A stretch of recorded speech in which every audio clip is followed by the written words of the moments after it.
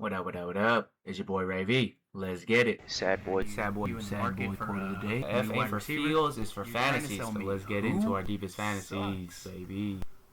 I'll give you a third for him, though. After that last vid, you know what we're doing today. It's a buy low video. Let's see what players we could scoop up for the low. Please ignore my TV back here. I'm just LARPing as a football fan. I love these players on the pitch, you feel me? Alright, our first guy's going to be George Kittle. If you're trying to win in 2026, George Kittle is exactly the type of dynasty asset that championship teams acquire while everyone else is chasing youth. George Kittle is 32, coming off an Achilles injury, and dynasty managers are terrified of aging tight ends, and they're panicking. That's exactly why his value has dipped. The concern is real, but so is the discount. This is the cheapest Kittle has been valued in years despite his long track record of elite production. And when he's healthy, he has elite production, I'm telling you. Even with missed games over the years, Kittle has consistently been one of fantasy's biggest weekly difference makers. He's had multiple tight end 1 overall finishes, 6 seasons finishing as a top 4 fantasy tight end, one of the most efficient receiving tight ends in NFL history, and week winning upside that only a handful of tight ends possess. In Dynasty, there are only a few tight ends capable of dropping 25 plus points on any given week. Kittle remains one of them. Dynasty managers overvalue age. The Dynasty community loves future value. Championship teams love points. If your league is discounting Kittle because he's 32 years old, you're buying production instead of projections. The current community sentiment shows managers valuing him closer to wide receiver 3, running back 3 territory simply because of age and injury concerns, rather than expected weekly output. The tight end spot is still a positional advantage. Outside of players like Brock Bowers, Trey McBride, and a few ascending stars, the position falls off quickly. If Kittle returns anywhere near his normal form, he can outscore most starting tight ends by several points every week, a huge edge in playoff matchups. The injury discount is already baked in. Achilles injuries are scary, but that's why you aren't paying elite prices. The upside would be he returns for week 1 or shortly after, produces a top 5 tight end, wins you playoff weeks. The downside would be you paid mid-range dynasty value instead of elite dynasty value. That's a bet I'm willing to make as a contender. I'd send a late second for George Kittle, Jake Ferguson tier tight end for George Kittle, or Romeo Doubs tier wide receiver for George Kittle. If I'm building a contender in a Superflex Dynasty league, I'm aggressively targeting Kittle provided the price reflects the injury risk. I'd happily pay a late second, a depth wide receiver, or a peaked tight end. The goal isn't to buy Kittle at his old price, it's to capitalize on a market that's pricing in age and injury while potentially overlooking his ability to provide another elite season when healthy. Our next guy's going to be Drake London. Unlike George Kittle, Drake London isn't a true buy low. He's still valued as a top 10 dynasty wide receiver in most rankings. The opportunity comes from managers who are worried about his 2025 knee injury or Atlanta's quarterback uncertainty. If you could find that manager, I'd be aggressive. I'm still targeting Drake London because of that elite age profile. London is only 24 years old. That's incredibly valuable in dynasty because you're buying a player entering his prime rather than hoping for one last productive season. Most elite wide receivers peak between ages 24 to 28, so his value could still rise. He was playing like a wide receiver 1 before the injury. The box scores don't tell the full story. Before suffering his PCL injury, London was wide receiver 6 in fantasy points per game, averaging nearly 20 PPR points weekly and commanding true alpha usage in Atlanta's offense. If you believe those first 10 weeks are closer to his true talent, you're acquiring a top 5 fantasy receiver. Volume is king. Quarterbacks change. Targets don't always.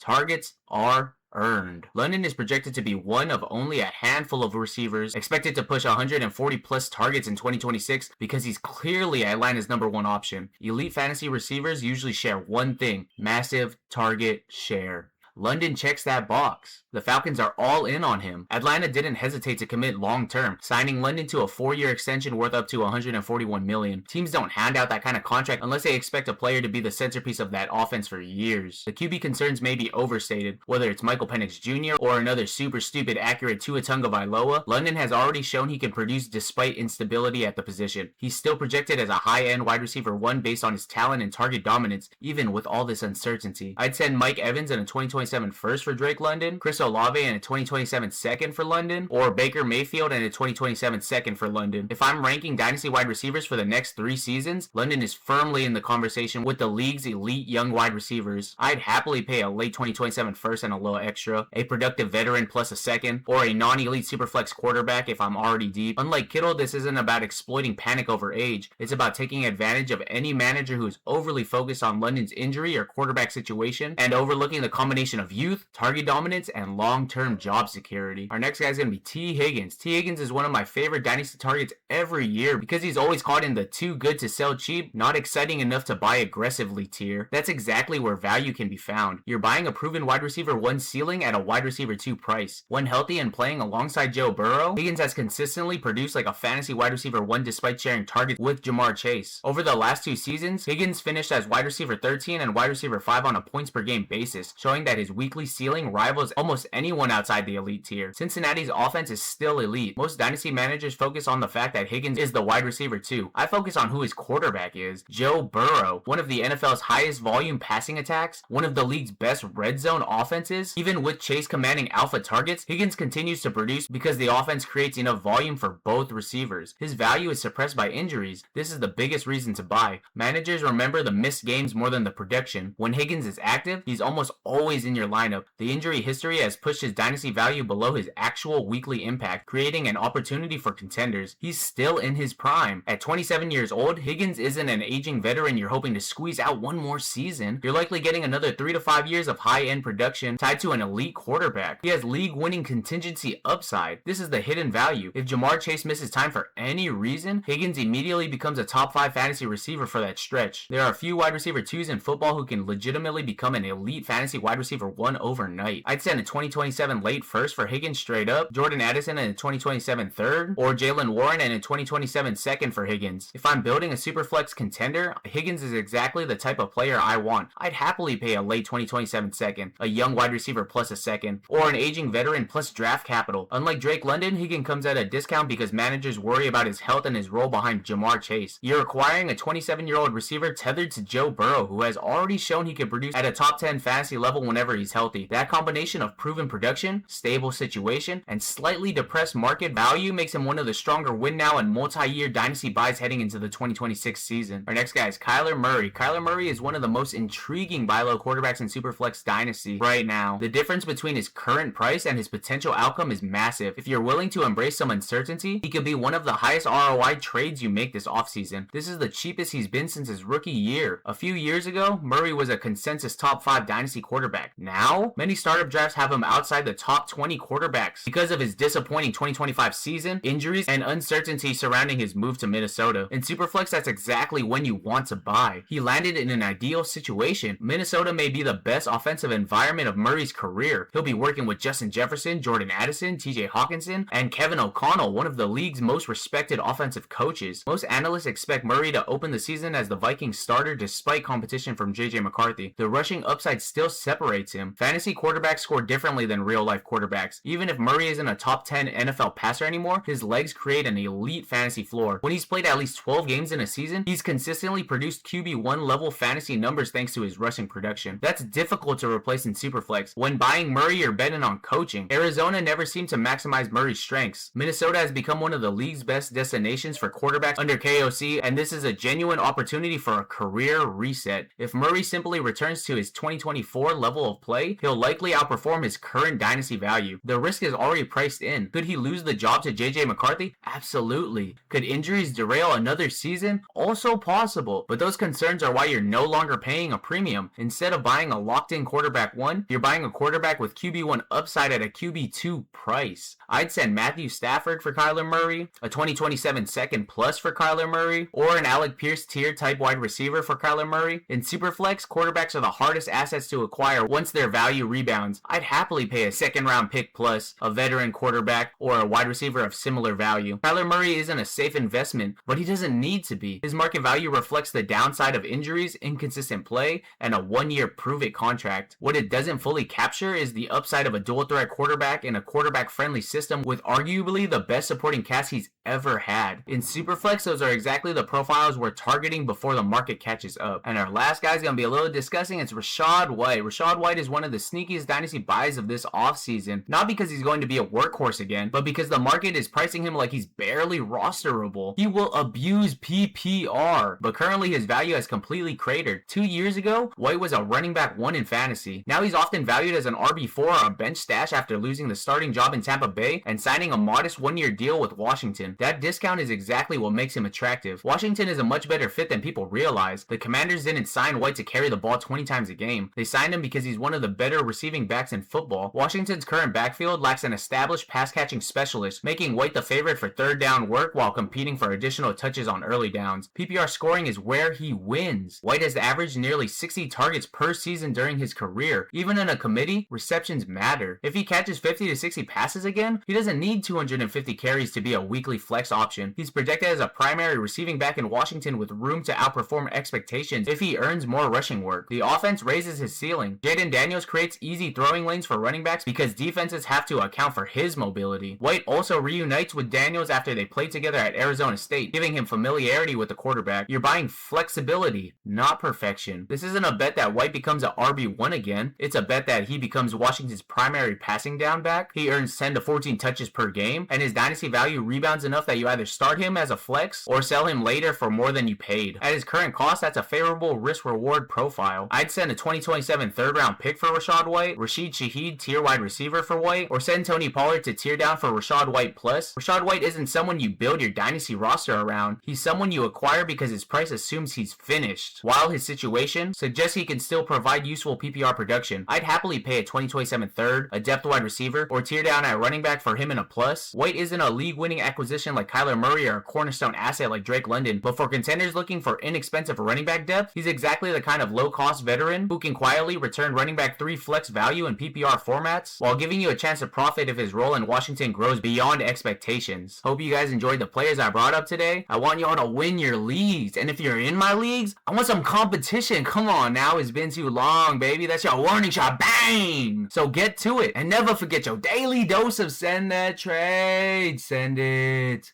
Send it. That's it for today, though. Don't forget to like, comment, and subscribe. And remember, rebuilds fade, dynasties reign. Call me a lover boy, simp, Libra.